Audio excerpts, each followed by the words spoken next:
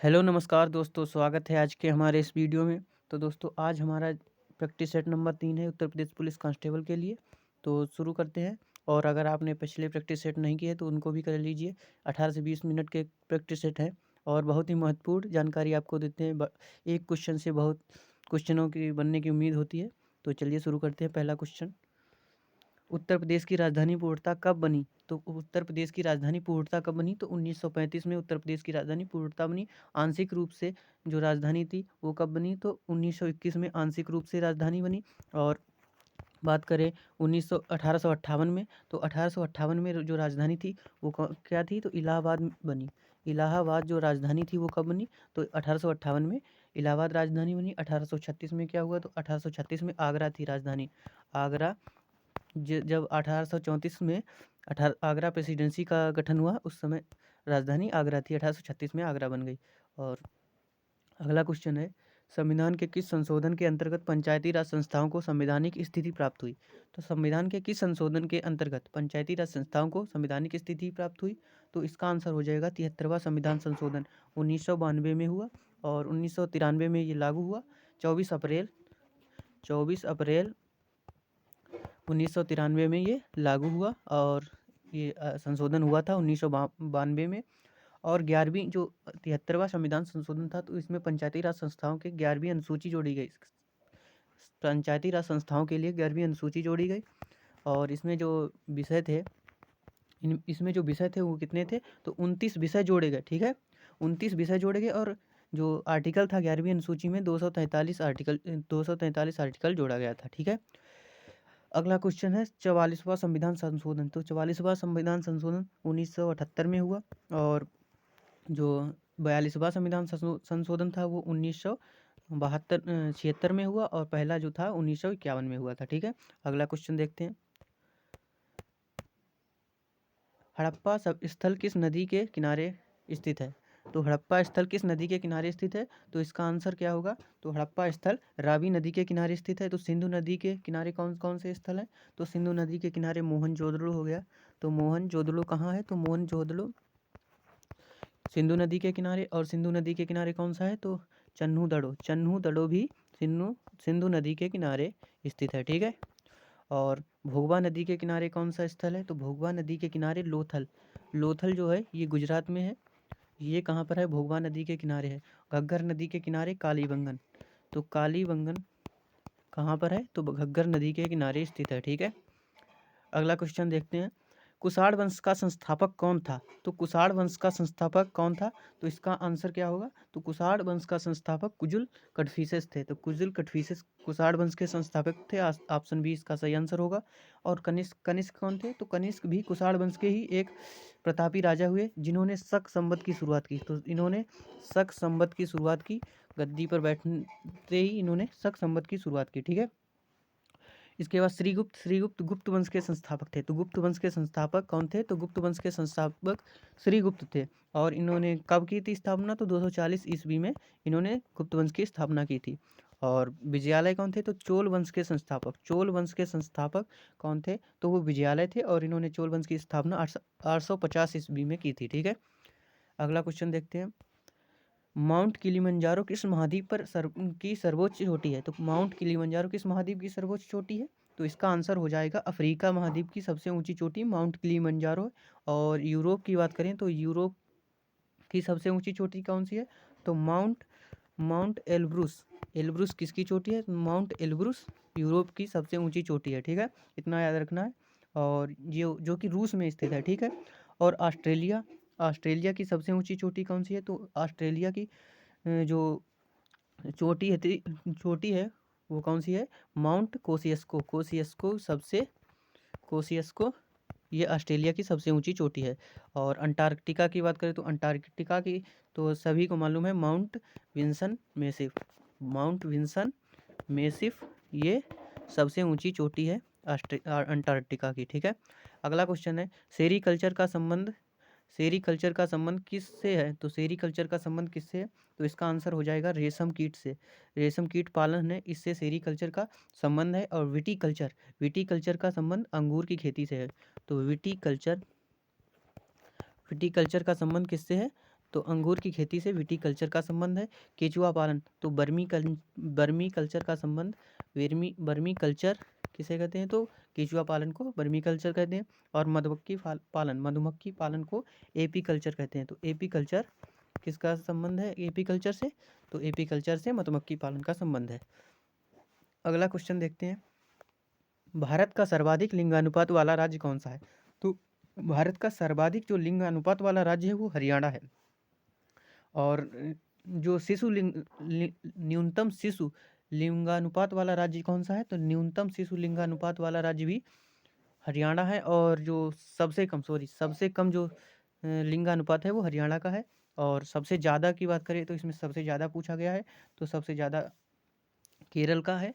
केरल का सर्वाधिक लिंगानुपात है और सबसे कम हरियाणा का है। और शिशु लिंगानुपात भी हरियाणा का सबसे कम है। अरुणाचल प्रदेश की बात करें तो अरुणाचल प्रदेश में सर्वाधिक शिशु लिंगानुपात है। तो सर्वाधिक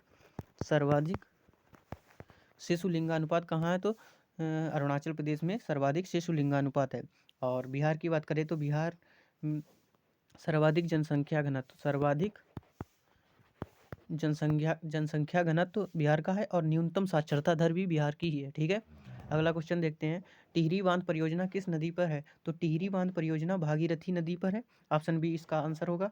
और महानदी पर कौन सी परियोजना है, तो हीराकुंड बांध किस नदी पर है, तो हीराकुंड बांध महानदी पर है। झेलम नदी पर कौन सा परियोजना है, तो तुलबुल परियोजना कहाँ है, तो तुलबुल परियोजना झेलम नदी पर है। और चिनाब नदी पर दुलहस्ती परियोजना कहाँ है, तो ये चिनाब नदी पर है। ठीक है, अगला क्वेश्चन देखते हैं, यूएनईपी की स्थापना कब हुई। तो यूएनईपी की स्थापना कब हुई, तो संयुक्त राष्ट्र पर्यावरण प्रोग्राम मतलब कि यूनाइटेड नेशन एनवायरनमेंट प्रोग्राम की स्थापना जो थी वो कब हुई, तो 1972 में इसकी स्थापना हुई। और कब हुई, तो 5 जून को इसकी स्थापना 1972 में हुई। और इसका मुख्यालय जो है वो कहाँ है, तो नैरोबी में इसका मुख्यालय, यानी कि केन्या देश में इसका मुख्यालय है। ठीक है, अगला क्वेश्चन देखते हैं, 1986 में तो बताया था पर्यावरण संरक्षण अधिनियम आया था। ठीक है, 1986 में। अगला क्वेश्चन देखते हैं, विश्व ओजोन दिवस कब मनाया जाता है। तो विश्व ओजोन दिवस कब मनाया जाता है, तो 16 सितंबर को विश्व ओजोन दिवस मनाया जाता है। और 22 मई को कौन सा दिवस मनाया जाता है, तो 22 मई को कौन सा दिवस मनाया जाता है, विश्व जैव विविधता दिवस कब मनाया जाता है। तो विश्व जैव विविधता दिवस कब मनाया जाता है, तो ये कब मनाया जाता है, तो 22 मई को मनाया जाता है। अगला क्वेश्चन, 3 मार्च को कौन सा दिवस मनाया जाता है, तो 3 मार्च को विश्व वन्य जीव दिवस कब मनाया जाता है, तो 3 मार्च को मनाया जाता है। 2 दिसंबर को कौन सा दिवस मनाया जाता है, तो 2 दिसंबर को राष्ट्रीय प्रदूषण रोकथाम दिवस कब मनाया जाता है, तो राष्ट्रीय प्रदूषण रोकथाम दिवस 2 दिसंबर को मनाया जाता है। अगला क्वेश्चन देखते हैं, नीति आयोग का गठन कब हुआ, तो नीति आयोग का गठन कब हुआ, इसका आंसर क्या होगा, तो 1 जनवरी 2015 को नीति आयोग का गठन हुआ, ऑप्शन सी इसका आंसर होगा। नीति आयोग का फुल फॉर्म की बात करें तो क्या है इसका full form, national institution INSTITIUTION national institution for transforming India transforming of India, तो इसका ये फुल फॉर्म है। ठीक है, तो नीति आयोग का full form national institution for transforming of India इसका फुल फॉर्म है। और जो राष्ट्रीय भारत परिवर्तन संस्था इसका हिंदी में नाम है। और पीएम नरेंद्र मोदी इसके अध्यक्ष हैं, मतलब कि जब इसका गठन हुआ तो तब भी पीएम नरेंद्र मोदी इसके अध्यक्ष थे, अभी पीएम नरेंद्र मोदी ही इसके अध्यक्ष हैं। और इसके उपाध्यक्ष की बात करें तो उपाध्यक्ष में जो प्रथम उपाध्यक्ष थे वो कौन थे, तो अरविंद पनगड़िया इसके प्रथम उपाध्यक्ष थे। और इसके जो वर्तमान उपाध्यक्ष की बात करें तो वर्तमान में कौन है, तो वर्तमान में सुमन बेरी उपाध्यक्ष हैं, वर्तमान उपाध्यक्ष। ठीक है, अगला क्वेश्चन देखते हैं, भारतीय संविधान के निम्नलिखित विभिन्न पदाधिकारी के शपथ का उल्लेख किस अनुसूची में है। भारतीय संविधान के विभिन्न पदाधिकारी के शपथ का उल्लेख किस अनुसूची में है, तो इसका क्या आंसर होगा, तो पहली, दूसरी, तीसरी या चौथी, तो इस शपथ का उल्लेख तीसरी अनुसूची में है। और पहली अनुसूची में क्या है, तो भारतीय हमारे देश के 28 राज्य 28 राज्य और 8 केंद्र शासित प्रदेश, 8 यूटी का उल्लेख किसमें है? तो पहली अनुसूची में है। और दूसरी अनुसूची में क्या है? तो दूसरी अनुसूची में इन मतलब कि विभिन्न पदाधिकारियों के शपथ की बात तो तीसरी में है, और उनके वेतन भत्ते और पेंशन, वेतन हो गया, भत्ता हो गया और पेंशन, पेंशन की बात किस में है? तो ये दूसरी अनुसूची में है। चौथी अनुसूची की बात करें तो इसमें राज्यसभा, राज्यसभा जो है, राज्य विभिन्न राज्यों की जो राज्यसभा है में जो प्रतिनिधि हैं, प्रतिनिधि का विवरण जो है वो चौथी अनुसूची में दिया गया है। ठीक है। अगला क्वेश्चन है, झावेरी बहनें किस शास्त्रीय नृत्य से संबंधित हैं? तो झावेरी बहनें किस शास्त्रीय नृत्य से संबंधित हैं? तो इसका आंसर हो जाएगा मणिपुरी से संबंधित हैं। कौन कौन सी हैं झावेरी बहनें? उनके नाम, एक हो गया दर्शना, दर्शना हो गया, नैना हो गया, सुवर्णा हो गया और रंजना हो गया। ठीक है। तो ये 4 बहनें हैं झावेरी बहनें। और मणिपुरी से तो बात करें तो गुरु बिपिन सिंह, गुरु बिपिन सिंह ये भी मणिपुरी से संबंधित हैं। ठीक है। और कौन हो गया? तो माधवी देवी ये भी मणिपुरी से संबंधित हैं। ठीक है। कथकली की बात करें तो कथकली से मृणालिनी साराभाई, मृणालिनी साराभाई। और कौन हो गए? तो कथकली से मृणालिनी साराभाई हो गए, शांताराव हो गए, शांताराव। और बात करें तो कृष्ण नायर किससे संबंधित है? तो ये भी मणिपुर कथकली से संबंधित है, कृष्ण नायर हो गए। और बात करें तो बल्लतोर नारायण मेनन ये भी मणिपुरी से संबंधित है। ओडिसी से बात करें तो सोनल मानसिंह ये सबसे ज़्यादा पूछे जाने वाले में से एक आदमी है। तो सोनल मानसिंह किससे संबंधित है? तो ये मणिपुरी से ओडिसी से संबंधित है। और माधवी मुदगल हो गई, इंद्राणी रहमान ये भी ओडिसी से संबंधित है। और कथक से बिरजू महाराज जो है, महाराज जिसमें लगा, और लच्छू महाराज हो गए, ये भी किससे हैं? कथक से हैं। सितारा देवी हो गई, सितारा देवी भी किससे हैं? तो ये भी कथक से हैं। ठीक है। अगला क्वेश्चन देखते हैं, सरहुल नृत्य भारत के किस राज्य का लोक नृत्य है? तो सरहुल नृत्य भारत के किस राज्य का लोक नृत्य है? तो इसका आंसर हो जाएगा झारखंड, ऑप्शन बी। तो झारखंड के कौन कौन से लोक नृत्य हैं? तो एक हो गया सरहुल हो गया, छऊ हो गया, और कौन से हो गया? जटिन हो गया, जटिन। और कौन से हो गए? तो डांगा हो गया, डांगा भी किसका है? तो ये भी झारखंड का है। विदेशिया सोहराई ये भी झारखंड के है। तो विदेशिया हो गया, और कौन से हो गए? सोहराई हो गया, ये भी किसके लोक नृत्य हैं? झारखंड के लोक नृत्य हैं। ठीक है। अगला क्वेश्चन देखते हैं, उत्तराखंड के कौन कौन से लोक नृत्य हैं? तो कुमाऊं कहाँ का है? तो ये भी उत्तराखंड का है, उत्तराखंड का लोक नृत्य है। और गढ़वाली कहाँ का है? तो ये उत्तराखंड का है। और कौन? कजरी भी उत्तराखंड का लोक नृत्य है। ठीक है। हिमाचल प्रदेश का छपेली कहाँ का है? तो हिमाचल प्रदेश का है। नाटी हो गया, नाटी भी कहाँ का है? हिमाचल प्रदेश का है। और कौन सा हो गया? डफ भी हिमाचल प्रदेश का लोक नृत्य है। गुजरात की बात करें तो गरबा हो गया, गरबा सबसे ज़्यादा पूछे जाने वाला गुजरात का है। और भवई हो गया, भवई भी गुजरात में ही लोक नृत्य मनाया जाता है, लोक नृत्य किया जाता है। और कौन हो गए? तो गुजरात के तो पढ़िहारी ये भी गुजरात का ही लोक नृत्य है। ठीक है। अगला क्वेश्चन देखते हैं, माइटोकॉन्ड्रिया की खोज किसने की थी? तो माइटोकॉन्ड्रिया की खोज किसने की थी? तो अल्टमैन ने माइटोकॉन्ड्रिया की खोज की थी। तो कब की थी? तो 1886 में की थी। और रॉबिन्सन एवं ब्राउन ने किसकी खोज की थी? तो इन्होंने राइबोसोम की खोज की थी। राइबोसोम की खोज किसने की थी? तो रॉबिन्सन एवं ब्राउन ने की थी। इसके बाद करें जेडी वाटसन ने डीएनए की संरचना की खोज की थी। डीएनए के संरचना की खोज किसने की थी? तो जेडी वाटसन ने कब की थी? तो 1953 में की थी। ठीक है। हार्टविग ने क्या किया था? तो हार्टविग ने जीव द्रव्य सिद्धांत दिया था। जीव द्रव्य सिद्धांत किसने दिया था? तो हार्टविग ने दिया था। अगला क्वेश्चन है, चंद्रयान 3 किस रॉकेट से लॉन्च किया गया था? तो चंद्रयान 3 किस रॉकेट से लॉन्च किया गया था? इसका आंसर क्या होगा? तो LVM-3M4 यानी कि ऑप्शन सी इसका सही आंसर होगा। और कब किया गया था? तो 14 जुलाई 2023 को लॉन्च किया गया था। और ये पहुंचा कब था? तो 23 अगस्त को ये चंद्रमा की सरफेस पर पहुंचा था 2023 को। और इसी दिन राष्ट्रीय अंतरिक्ष दिवस मनाया जाता है। और GSLV MK3 इस पर इस रॉकेट से किसको लॉन्च किया गया था? GSLV Mk3 से।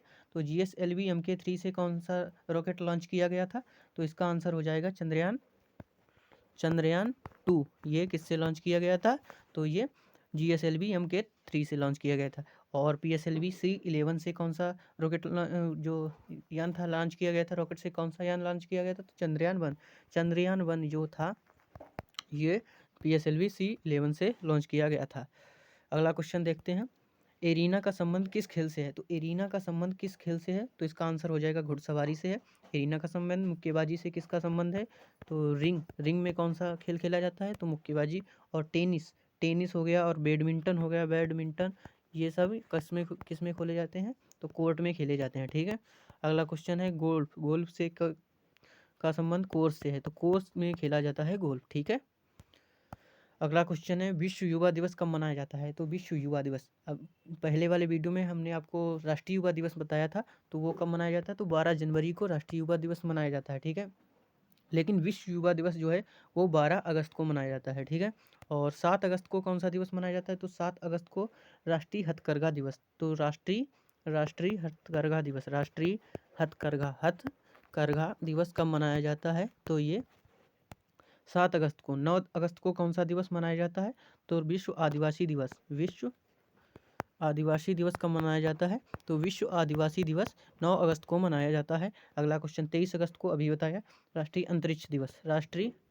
अंतरिक्ष दिवस कब मनाया जाता है? राष्ट्रीय अंतरिक्ष दिवस कब मनाया जाता है? तो 23 अगस्त को मनाया जाता है।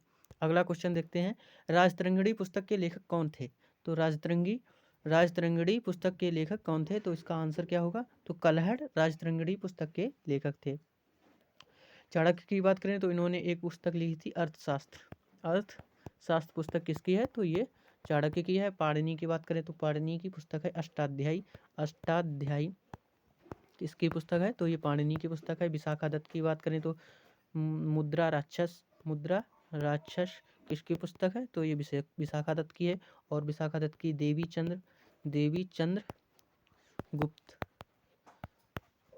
चंद्र गुप्तम किसकी पुस्तक है? तो ये विशाखा दत्त की है। अगला क्वेश्चन देखते हैं।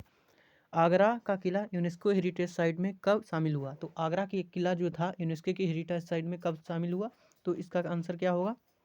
तो आगरा का किला 1983 में। 1983 में कौन कौन से जो साइट्स थी वो शामिल हुई? तो आगरा का किला तो हो गया। और उसके बाद एलोरा की गुफाएं हो गई और अजंता की गुफाएं हो गई, ये महाराष्ट्र में है। तो अजंता और एलोरा की गुफाएं ये भी शामिल हुई थी 1983 में। और जो ताजमहल ये कब शामिल हुआ? तो ताजमहल भी इसी समय शामिल हुआ 1983 में।